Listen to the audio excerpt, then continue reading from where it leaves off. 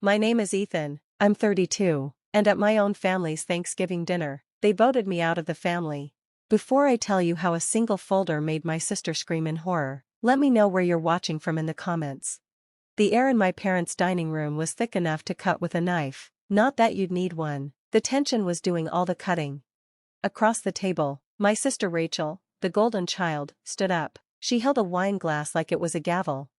"We've discussed this," she announced, her voice dripping with fake solemnity. "And we've made a decision. We voted. And Ethan, you're not family anymore." My brother-in-law Greg started clapping, slowly. Then my mother, Linda, joined in with weak, fluttering applause. My father, Tom, just stared at his turkey, but he was nodding. They all were, cheering. I didn't cry, I didn't yell, I just let out a soft, low laugh. It startled them. "Okay," I said, my voice surprisingly steady, "then you won't need this." I reached into my jacket, pulled out a thick manila folder, and placed it in the center of the table with a soft thud. It slid to a stop right in front of Rachel's plate. She looked at it, then at me, her brow furrowed in confusion. She snatched it and flipped it open. Her smug smile froze, her face went from tan to ghostly white. It wasn't a scream, not at first. It was a sharp, choked gasp, like she'd been punched in the gut, the sound of air being stolen from her lungs. As I drove over there, I should have known this was coming. The chill had started 3 months ago with a single phone call, Rachel asking me to co-sign a loan for her new spa venture. It was a lot of money, and for the first time in my life, I said no. The silence on the other end of the line was colder than any winter in Ohio. After that, I was ghosted, kicked out of the family group chat. I saw pictures on social media of barbecues I wasn't invited to. It hurt. Of course it hurt. Driving through the familiar suburban streets, the past played out in my head like a movie I couldn't turn off. I remembered being 22, eating instant ramen for dinner every night for a month just so I could transfer $12,000 to Rachel for her emergency cosmetic dental work. I remembered her beaming smile in the photo she sent, a smile I had paid for, while I was struggling to make rent. I remembered the calls from my mom, Linda, crying about credit card debt. I paid it.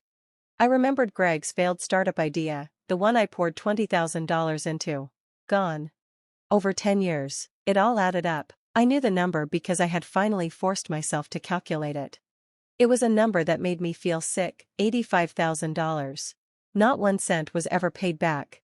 Not one thank you felt genuine. But the real turning point, the moment the quiet compliance inside me finally died, wasn't about the money. It was a text message.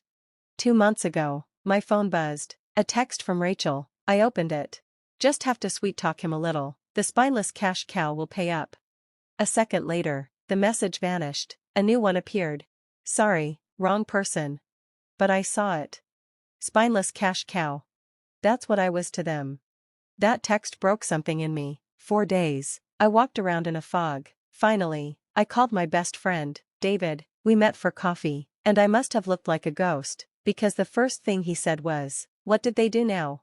I showed him the screenshot I'd taken before Rachel deleted the message. He just shook his head. "They're not family, Ethan," he said, his voice firm. "They're parasites. You need to protect yourself, not for revenge, for your own sanity. Document everything." So I did. I opened a shoebox and started digging, old bank statements, credit card bills, emails. At first, it wasn't about planning a war, it was just about facing the truth. I needed to see it all in black and white, and the more I dug, the sicker I felt. That's when I found the thing with the hotel. I was going through credit card statements for a trip to Miami. I'd paid for Rachel's emergency business conference. The charge was almost double what she'd told me. On a whim, I called the hotel. I just wanted to query the charge. I explained I was the cardholder and asked for a breakdown of the folio. The clerk was helpful, rattling off room service, mini bar, and then he said it. "And then there's the spa package for the second guest, a Miss Jess." My blood ran cold. Jess. I didn't know anyone named Jess. It was a small detail, but it felt wrong. I printed the statement. I put it in the folder with everything else. When the folder was full, I felt a strange sense of calm. I knew I couldn't keep living like this. I made an appointment with a lawyer, just for a consultation. She told me what I needed to do to untangle myself legally. "Evidence is your only shield, Ethan," she said. So here I was, Just before walking into that Thanksgiving dinner, sitting in my car outside their house, the folder was on the passenger seat. It felt like it weighed 1,000 pounds.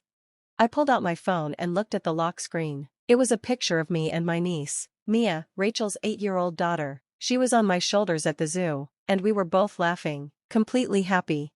She was the one good, pure thing in all of this. She was the reason I put up with it for so long, the reason I kept writing checks. I knew walking in there with that folder meant losing her. The thought was a physical pain in my chest. This was the real price of my freedom. I took a deep breath, my heart hammering against my ribs. I had to do it, for me. I turned off my phone, grabbed the folder, and walked to the front door. Back at the table, the silence after Rachel's gasp was deafening. Greg snatched the folder from her. "What is this, Ethan? Some kind of joke?" he sneered. Then he saw the first page. It was a simple spreadsheet, meticulously organized by date, recipient, and amount. At the bottom, in bold red letters, was the total, $85,420.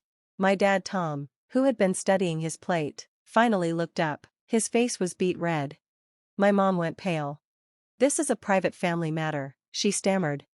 "It stopped being private when you started cheering," I said calmly. I flipped the page for them. There it was, the screenshot of the text message. "Spineless cash cow." Rachel just stared at it, her mouth opening and closing like a fish. She started, but no words came out. I wasn't finished. I pointed to the last document, the hotel bill from Miami. "I just have one question about this trip I paid for," I said, looking directly at Greg. "Who's Jess?" Greg's head snapped toward Rachel. The sneer was gone, replaced by a dark, dangerous confusion. "Yeah, Rachel," he growled, his voice low. "Who the hell is Jess?" The united front shattered. Suddenly, I wasn't the enemy anymore. They were turning on each other. "You're making a scene, Ethan," my mother pleaded, her voice cracking. "You're ruining Thanksgiving. What will people think?" "I'm not ruining it, Mom," I said, and for the first time, my voice was filled with a strength I didn't know I had. "I'm just turning on the lights, so everyone can see it was already broken." I stood up. I felt strangely light. "My lawyer filed the paperwork this morning," I said, my voice cutting through the chaos. "The power of attorney you had me sign is revoked. I've removed myself as your emergency contact. All of it. It's done." Rachel looked up, tears streaming down her face now. "But we're family," she sobbed. I looked at her, at all of them, one last time. There was no anger left, just a vast, empty sadness. "No, Rachel," I said, "you said it yourself, you voted." And then I turned around and walked out the front door. I didn't run. I didn't look back.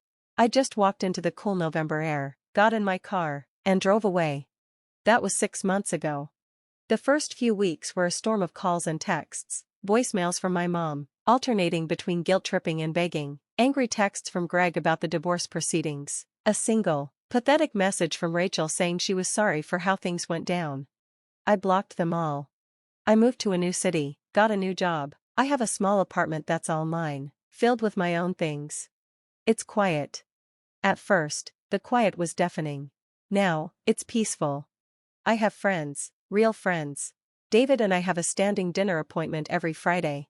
We talk about work, about life, about everything and nothing.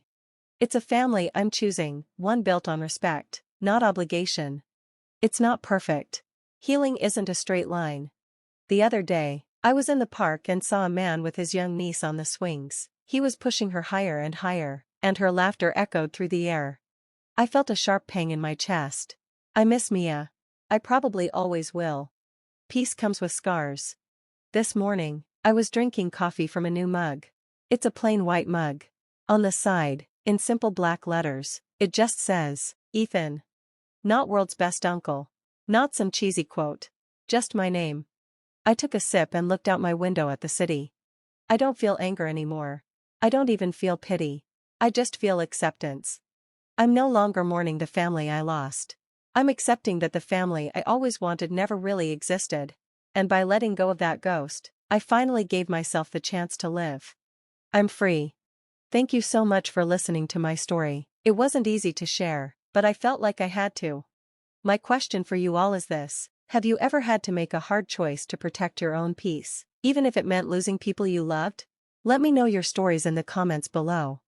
And if my story resonated with you, don't forget to like this video and subscribe to the channel for more. It really helps.